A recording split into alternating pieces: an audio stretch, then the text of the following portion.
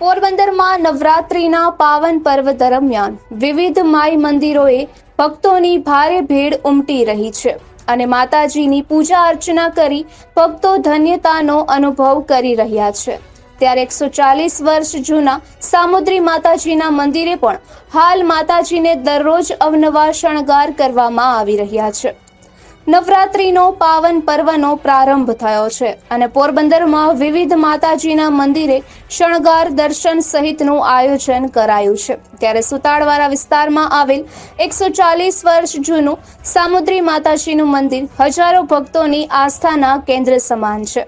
હાલ નવરાત્રિ નિમિત્તે અહીં દરરોજ માતાજીને અવનવા શણગાર કરવામાં આવે છે।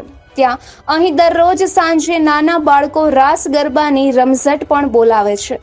મંદિરે નવરાત્રી દરમિયાન મોટી સંખ્યામાં ભક્તો દર્શન કરવા આવે છે। અહીં નવરાત્રી દરમિયાન હવન સહિત અનેકવિધ ધાર્મિક કાર્યક્રમ પણ યોજવામાં આવે છે।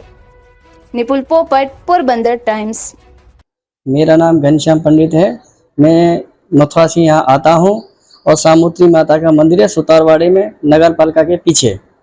और नौ दुर्गा में सामुद्री माता की गरबी होती है और इसके अंदर छोटी छोटी कन्या भादरवी छठ को 145 साल पुराना ये मंदिर है। ये ब्राह्मण है, वानिया समाज की कुलदेवी है। कौन से कंडोरिया ब्राह्मण और वानिया लोगों की कुलदेवी है। दर्शन करने लोग काफ़ी लोग आते हैं, काफ़ी पूजा सेवा करते हैं और नवरात्रि में दर्शन भी होते हैं, गरबी भी होती है। और इस जगह भादरवी छठ को हवन कार्य सब होता है।